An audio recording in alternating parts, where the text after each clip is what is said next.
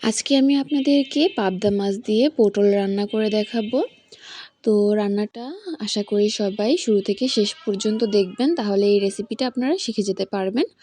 So hello everyone, কী অবস্থা সবার, কেমন আছেন? আশা করি সবাই ভালো আছেন। আমিও আলহামদুলিল্লাহ ভালো আছি। তো চলুন শুরু করে দিই কীভাবে আমি পটল দিয়ে পাবদা মাছটা রান্না করলাম। প্রথমেই কড়াইতে তেল দিয়ে দিয়েছি, তেল দিয়ে পেঁয়াজ দিয়ে দিলাম।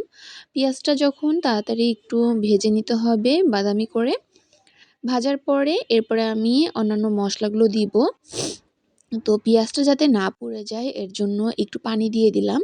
দেন দিয়ে দিয়েছি রসুন কুচি। আপনারা এখানে রসুন বাটাটা ইউজ করলে আরও বেশি ভালো হয়।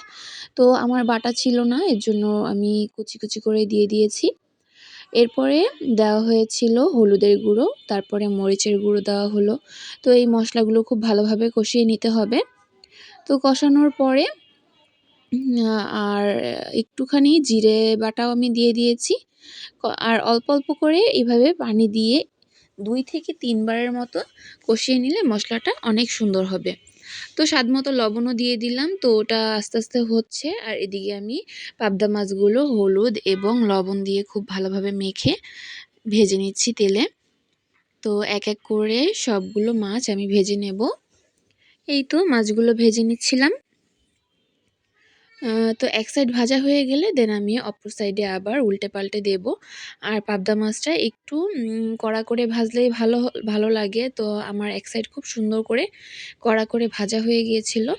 তো এইভাবেই আর কি আমি পাবদা মাছটা ভেজে নিয়েছিলাম। আপনারাও ট্রাই করবেন এভাবে করে একটু টাইম নিয়ে মাছগুলো ভাজতে। তো এদিকে কিন্তু মশলা একদম কষানো হয়ে গেছে। এই যে দেখুন, এখন পটলগুলোকে একটু মানে বটি দিয়ে কেচে তারপরে দিয়ে দিয়েছি। এটা কিন্তু আস্ত পটলটা আমি দেইনি, একটু বটি দিয়ে কেচে তারপরে দিয়েছি। তাহলে কি হয়, পটলের ভিতরে সব মশলাগুলো আর কি ভালোভাবে ঢুকে এবং সিদ্ধও হয় খুব তাড়াতাড়ি। তো মশলার মধ্যে কিছুক্ষণ এটা কষানোর পরে আমি পরিমাণ মতো পানি দিয়ে দিলাম, মানে মাছটা দেওয়ার জন্য এবং এই পটলটা সিদ্ধ হওয়ার জন্য।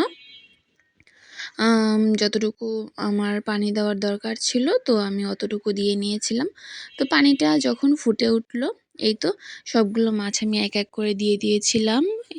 তো মাছ দিয়ে দেওয়ার পরে আমি মোটামুটি 10 থেকে 15 মিনিটের মতো রান্না করে নিয়েছি। এই যে মাছ রান্না আলহামদুলিল্লাহ একদম কমপ্লিট। পটল দিয়ে এই পাবদা মাছের রেসিপিটা আপনারা করে দেখবেন, এত মজা হয়, আসলেই সত্যিই খুব মজা হয়। আশা করি ট্রাই করে দেখবেন।